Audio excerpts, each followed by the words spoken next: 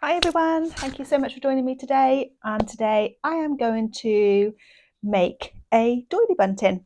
So this isn't a tutorial as such. I just thought I would film how I make it and just bring you along in case you fancy doing the same thing. But I'll try and talk through step by step what I am doing so that you can obviously make one should you wish to. This is just how I like to make them. I am no expert in sewing or bunting making. I just enjoy doing this process and how I make them. So I'm a very basic sewer. I do plan on improving that this year after yesterday. For those of you that saw yesterday's video, you'll see the new sewing machine that I discovered, and that has really inspired me to learn more sewing skills. So yes, I am not an expert in sewing by any means, and I'm sure there are lots of tutorials out there for making bunting, which, if you want a tutorial on that, then you're probably better off going to watch another video. This is just how I like to make my buntings. So yeah, if you want to see how I do that, then yeah, by all means stick around and we shall make a vintage doily bunting today. That's my plan. So I love collecting old doilies and old fabrics from charity shops and online. You can buy them in packs online on eBay as well. There's lots and lots of doilies online, and if you're lucky enough in the charity shops, they don't come up all that often anymore, but sometimes you're lucky and you do get a little pile of lovely vintage doilies. So I hate the thought of these ending up in landfill because they are so beautiful and so pretty. And of course, a lot of them are crochet, and I love crochet, as you know. So this is why I particularly love this bunting. So I have a collection of doilies here. In fact, I've got more here and I have even more here. So what I like to do is to go through the doilies. Some of them, they're different colours, so you'll see some are brilliant white and some are cream. That's fine. And we have different sizes, so I have very, very small ones like this, and let me find a larger one, say like this. But we can use them all. That's the beauty with this. There's no waste. Every single doily and every part of the doily will be used in a bunting. So what I like to do with the larger ones is I like to fold them in half, and then I'm going to cut along here, and then that will make two sections for the bunting. And sometimes I make them symmetrical if I have enough bunting. If not, then I'll just randomly add bunting, different sizes, different colours, depending on what I've got available to me at the time. But at the moment, I do have quite a lot of similar ones. So I think today's bunting will be quite a symmetrical one. And I think I'm going to plan to hang this in my craft room because this year I really, really want to finish making the craft room. And I've made a start on it, but at the moment the walls are very bare. So I really want to add some of my own work obviously into that room. I very rarely keep anything that I make. It just goes into my shop. But this year I'm going to change that, and I do want to actually make some things for myself, and especially learning new sewing skills this year. Yeah, I'd like to decorate the craft room with my own style, and also it'd be a lovely way to evolve my sewing in particular, but also my crochet and knitting skills along the way too. So what I'm going to do is I'm going to go through the bag, and then I think if we lay them out on the table and let's see what we have, then once I've chosen the ones that I would like to use today, what I'm going to do is I'm going to cut them up and then we shall iron them. This is why I couldn't proceed with this bunting yesterday. I had to wait for today until the power was back on, because although they're not too bad and you could go ahead and use them like this, you don't have to run the iron over them. I just like to pop a cloth over the top and then run a warm iron over the top just to crisp them up. And it also gives me a really nice sharp edge for when we're sewing on the bias binding for the tape of our bunting. which I have here. So there we go. Yeah, so I've just got some just regular bias binding that I like to use, and then I should just fold it over and catch the top of the doilies. Okay, so let's pop that back in there for a moment. And let's lay all the doilies out now. Let's have a little bit of fun. Let's lay them out, see what patterns we've got, see which ones we'd like to use for the bunting, and let's go from there. Okay, so I'm going to begin by sorting them first of all into the different colours, and then I'm going to decide which colour I'm going to use today, or if I'm actually going to mix them. So let's put them in groups to start with. You can see the designs. I'll show you the designs as we're going so you can kind of see.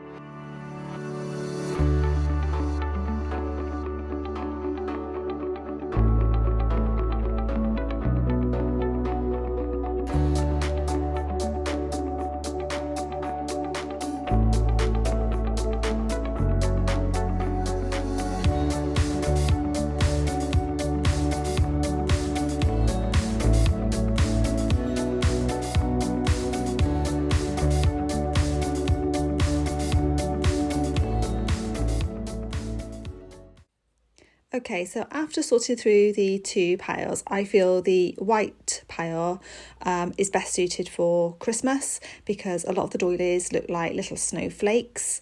They're really pretty, but I do think they're suited best to a winter bunting, whereas the off-whites, there's more of a floral design in them, and I think that's really pretty for spring, summer bunting. So let's lay them out again and let's configure a lovely garland design with them.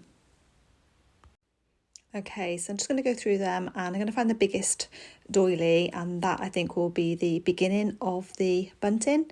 And I think I fancy making a symmetrical bunting, and I think this will look beautiful either end of our bunting. So yeah, I think we'll start with this design. I think starting with this one on either end will give really good balance to the bunting as well. And I really love this collection of floral doilies, and I really love the off-white colour. So let's go ahead now and lay them out and configure a lovely pattern for the bunting.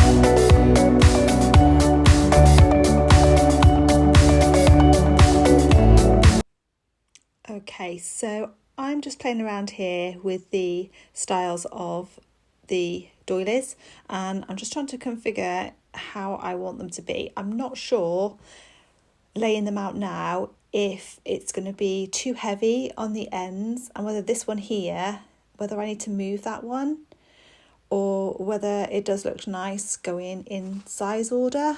That's what I'm trying to decide. Those look like two eyes. It looks like two eyes staring at me.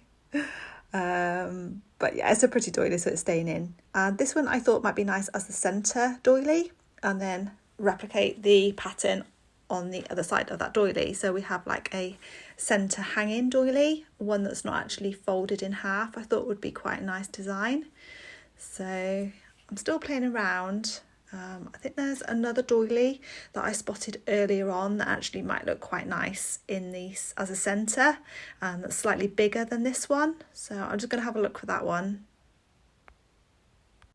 But before I do that, I might just play around with rearranging these doilies slightly and just see how I feel that looks, because I'm not 100% sure still, having that much weight on the ends, whether it will look too heavy, whether I'm best spreading the weight out, the size of the doilies out, and that centre bunting there I think a bigger centre. I think this big flower here would look better as a centre piece rather than the smaller one, just to balance out the size of the doilies either end.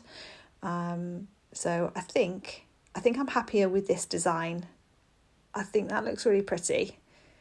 Obviously, we'll have two sides of this. I'll cut the doilies in half apart from the centre one. And yeah, what do you think? I think that's quite a nice balance. I think that looks a better balance than the previous layout with the two heavy ones next door to each other. So I think we'll go with this design.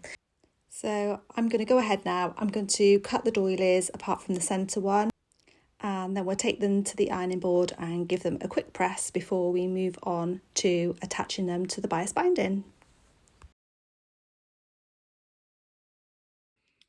Okay, so I've cut the doilies in half now, so now I am just going to give them a little press before attaching them to the bias binding. So I'm just going to put each one in, just fold it over with just an old tea towel, and then just give it a little press. There we go, and it just makes them really nice and sharp. So I'm going to continue to do that now for each one, and then we can pin them to the bias binding.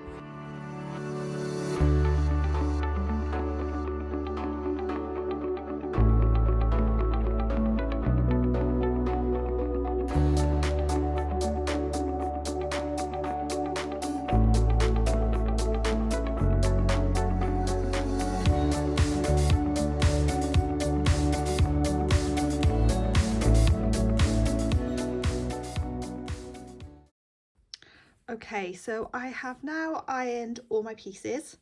So all I'm going to do is to lay my doily along this line where the two folds meet, and then I'm just going to just fold that top layer across, and that will pinch the doily in the middle, and that's where we're obviously going to sew along the top here, and that will catch the doily, and so you can already see how pretty this is going to look. So I'm just going to have a little think about my spacing, and obviously that's not the first one. We're going to start with the larger one, but I just wanted to show you how I actually catch this in case anybody would like to go ahead and make a doily bunting as well. But as I say, I am no expert on sewing. I have very little knowledge of sewing really. The things that I show you regarding my sewing is just how I have just picked up things and learned things to make my own buntings and little designs that I like to make. So other people may have a easier or a more efficient way of doing this. I have no idea. This is just how I like to make it. So yeah, but yeah, feel free to go ahead and obviously make your own bunting however you prefer. So I'm going to go ahead. I'm going to before I just pin this on, I'm just going to have a little think about my spacing, and obviously I need to line my doilies in order because this isn't the first one. And yeah, then I'm going to pin them on, and then I shall join you back here.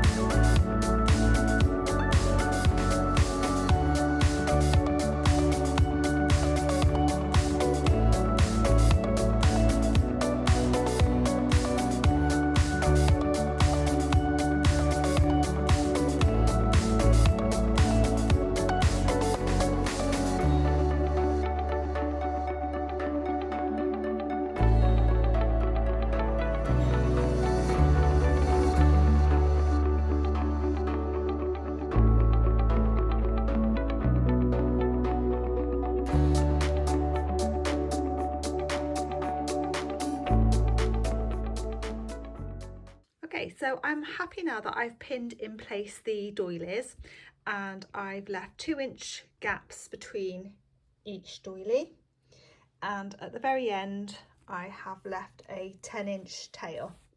So what I'm going to do now, because I am not familiar with the sewing machine that I'm going to use, obviously I'm used to using my electric sewing machine, I'm going to use the vintage hand one today, because I really want to use that after finding it yesterday and cleaning it up, and I think it'll be lovely to use with these vintage doilies.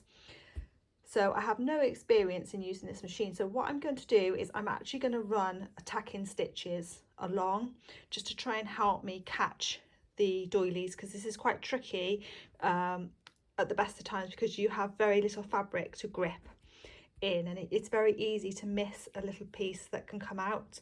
So I know it's going to take a little bit more time, but I think for today anyway, that's what I'm going to do. I'm just going to run a few tack-in stitches across so I know that it's going to hold in place whilst I'm sewing, because the difference between the sewing machine that I'm going to use today, the hand one, is I've obviously only got one hand to maneuver this bunting through and to control the bunting, so that's going to be a challenge and new for me too. So I think that's what I'm going to do. I mean, this bunting is for me, so it doesn't really matter if I have to go over it again or even hand stitch some bits in afterwards. I'm not overly worried. So this one is for me anyway, and it's just for me to be able to practice on the hand machine, which I think would be really fun, and yeah, I'm really looking forward to making my first project on it. Okay, so I'm just going to go and find my needle and thread now, and then I can get tacking.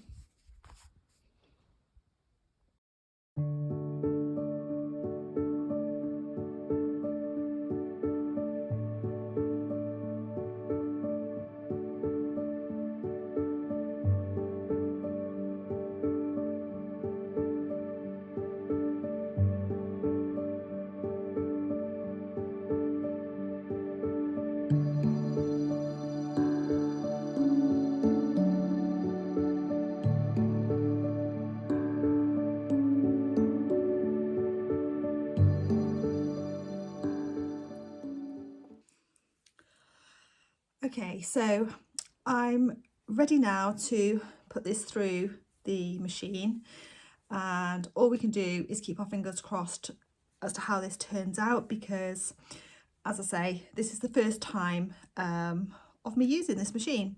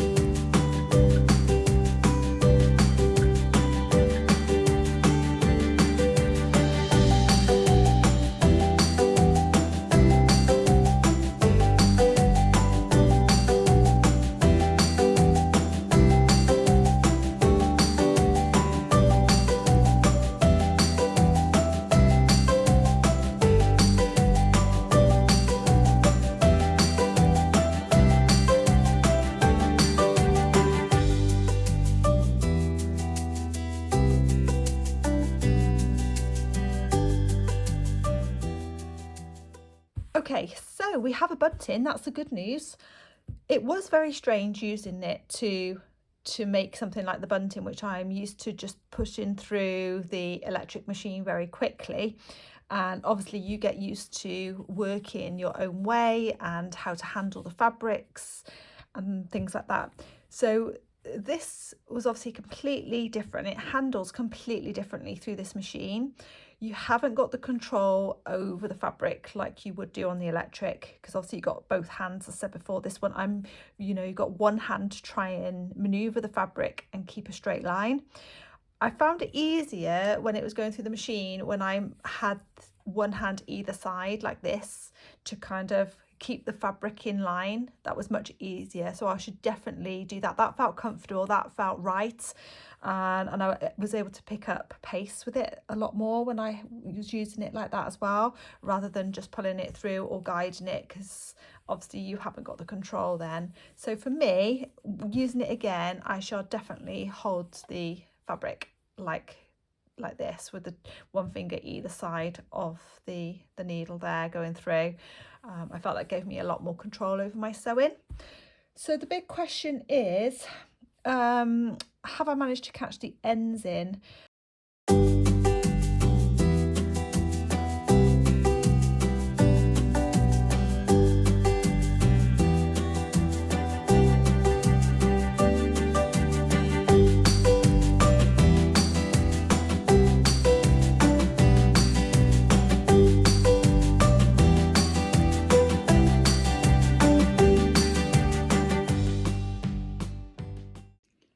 So this is the completed bunting. I am absolutely over the moon with it. Has turned out, for a first project, so much better than I could ever have hoped for. And I'm so pleased that I rescued this machine yesterday from the garage and gave it a good clean and have managed to make something on the machine. It's still the original needle in there that my mother-in-law would have made her very last project with. And there's just something so magical about using this vintage machine. It's lovely. So I hope you've enjoyed it, and do let me know if you feel inspired to make one or if you have ever made one. They're beautiful. It's upcycling, it brings joy, they're unique. It just ticks so many boxes. So thank you so much for watching. If you have enjoyed today's video, then do hit the like and subscribe button, as I shall be making further videos like this. And thank you so much, and I shall see you in the next video. Bye for now.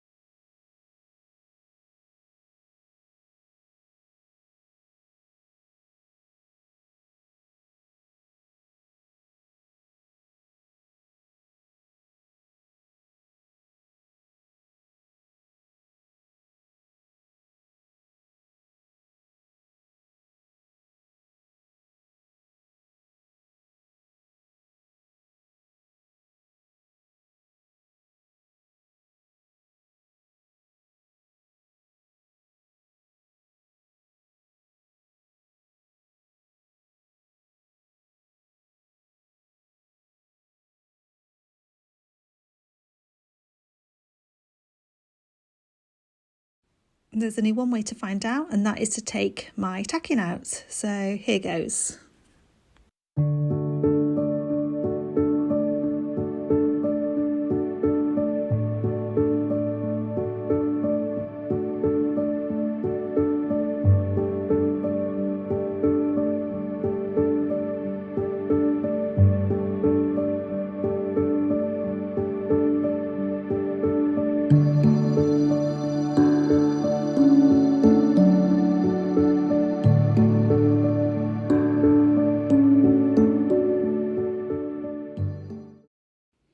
Okay, so if you look at the beginning of this doily, there's a very tiny amount there that hasn't caught under the bias binding as I would have liked. So I'm going to hand sew that in. It's very, very tiny.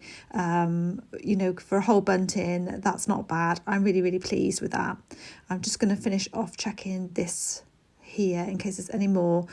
Sometimes you only have a thread to catch on these doilies because you're not working with solid pieces of material to catch in the bias, so they can move quite easily.